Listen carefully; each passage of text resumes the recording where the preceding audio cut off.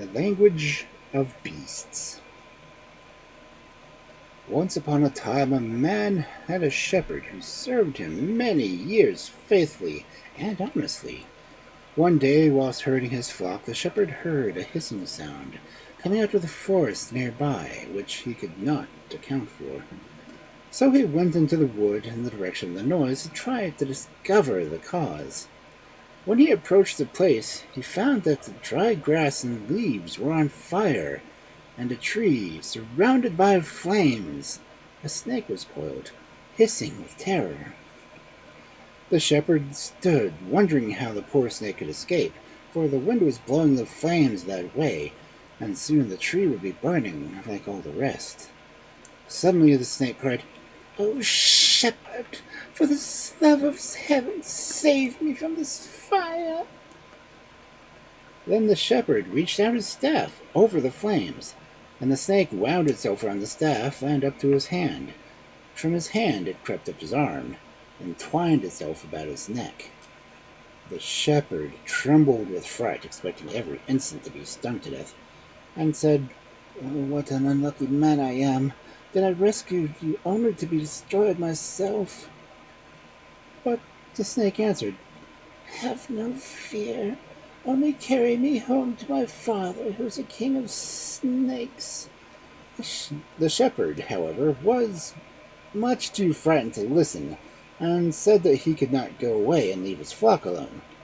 But the snake said, "You need not be afraid to leave your flock. No evil shall befall them, but make all haste if you can." So he set off through the wood, carrying the snake, and after a time he came to a great gateway made entirely of snakes intertwined one with another. The shepherd stood still with surprise, but the snake round his neck whistled, and immediately all the arch unwound itself. "When we come to my father's house," said his own snake to him, "he will reward you with anything you like to ask. Silver, gold, and jewels, so whatever on earth is most precious. But take none of these things. Ask rather to understand the language of beasts. He will refuse you a long time, but in the end he will grant it to you." Soon after that they arrived at the house of the king of snakes, who burst into tears of joy at the sight of his daughter, who he had given up for dead. "Where have you been all this time?" he asked, directly as he could speak, and she told him that she had been caught in a forest fire, and had been rescued from the flames by the shepherd. The king of snakes, then turning to the shepherd, said to him, "What reward will you choose for saving my child?" "Make me to know the language of beasts," answered the shepherd.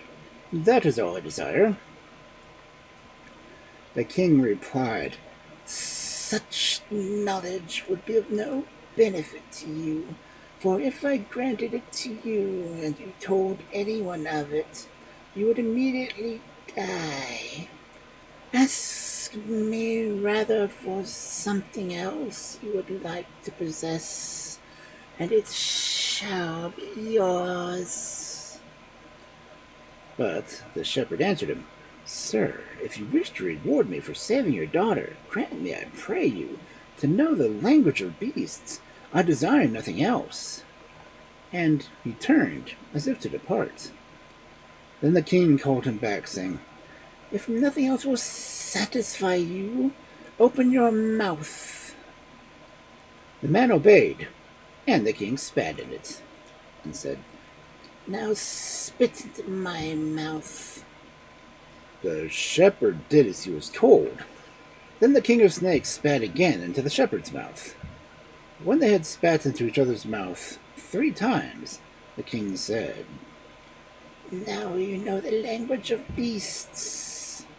Go in peace, but if you value your life, beware lest you tell anyone of it, else you'll be immediately dead." So the shepherd set out for home, and on his way through the wood he heard and understood all that was said by the birds and by every living creature. When he got back to his sheep, he found the flock grazing. But as he was very tired, he laid himself down by them to rest a little. Hardly had he done so when two ravens flew down from them perched in a tree nearby, and began to talk to each other in their own language. "If that shepherd only knew that there was a vault full of gold and silver beneath where that lamb is lying, what do you think he would do?" When the shepherd heard these words, he went straight to his master and told him.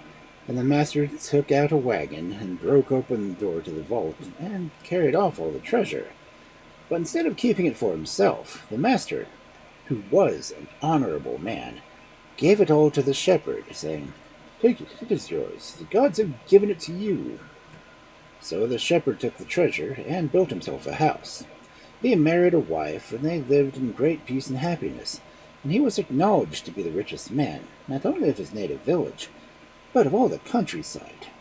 He had flocks of sheep and cattle and horses without end, as well as beautiful clothes and jewels. One day, just before Christmas, he said to his wife, "Prepare everything for a great feast. Tomorrow we will make things with us to no farm that shepherds may make merry." His wife obeyed, and all was prepared as he desired. The next day they both went to the farm, and in the evening the master said to his shepherds, "Come now, all of you, eat, drink, and make merry. I will watch the flocks myself tonight in your stead." Then he went out to spend the night with the flocks. When midnight struck, the wolves howled, and the dogs barked, and the wolves spoke in their own language, saying, "Shall we come in and wreak havoc, or you too shall eat flesh?" And the dogs answered in their tongue, "Oh, come on, and for once we shall have enough to eat."